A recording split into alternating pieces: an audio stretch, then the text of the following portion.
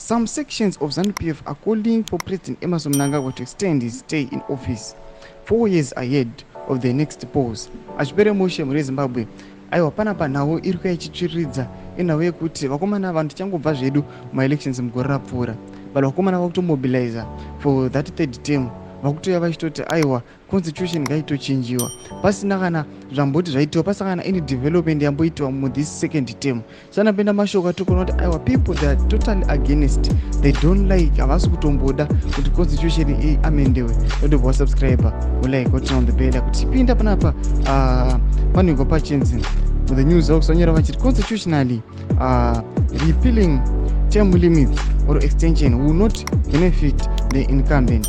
Analysts say the push for extension is part of ZANU-PF's succession politics. Panapa vari kuitira masvika kuti aiwa this extension yemutemo hapana paichambofavor macitizens, iri kungouya iri nhau yesuccession.